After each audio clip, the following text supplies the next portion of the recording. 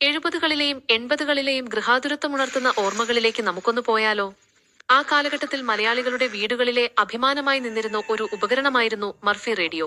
വ്യക്തമായ ശബ്ദവും മികച്ച പെർഫോമൻസുമായിരുന്നു ഇതിന്റെ പ്രത്യേകത. ഒരു ബ്രിട്ടീഷ് കമ്പനിയായ മർഫി റേഡിയോ 1929 സ്ഥാപിതമായത്. 1940കളിൽ ഇന്ത്യയിലെത്തുകയും താമസിയാതെ വലിയ പ്രചാരം നേടുകയും ചെയ്തു. ഉയർന്ന ഗുണമേന്മയും ആകർഷകമായ ഡിസൈനും ഇവയെ പ്രിയങ്കരമാക്കി. മുത്തച്ഛന്റെ റേഡിയോ എന്ന പരസ്യവാചകം ഏറെ പരിചിതമായിരുന്നു.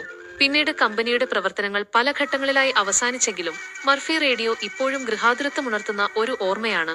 ഇതുപോലെയുള്ള വ്യത്യസ്തമായ വിവരങ്ങൾ അറിയാൻ പേജ് സബ്സ്ക്രൈബ് ചെയ്യുമ്പം ഫോളോ ചെയ്യുകയും ചെയ്യണേ. നന്ദി.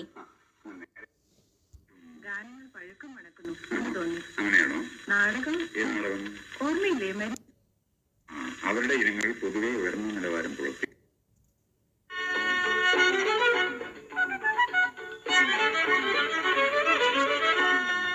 പ്രഭാതഭേരി.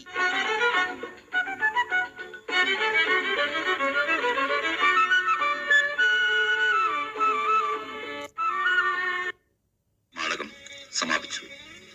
മൂലകഥ ഡോക്ടർ MT അംഗമായ തനു എന്നറിയപ്പെടുന്ന തേൻമൊഴി രാജരത്നം ആത്മഹത്യാ ബോംബറായി ശ്രീപെരുമ്പത്തൂരിൽ വെച്ച് കൊലപ്പെടുത്തി. നാടകാവിഷ്കാരം ഹുസൈൻ കാരാട്. രാജീവ് ഗാന്ധിയെ വരാനിരിക്കുന്ന ലോക്സഭാ തെരഞ്ഞെടുപ്പ് എന്തെങ്കിലും ഗാനങ്ങൾ പഴക്കം മണക്കുന്നു തോന്നി. അങ്ങനെയാണോ? നാടകം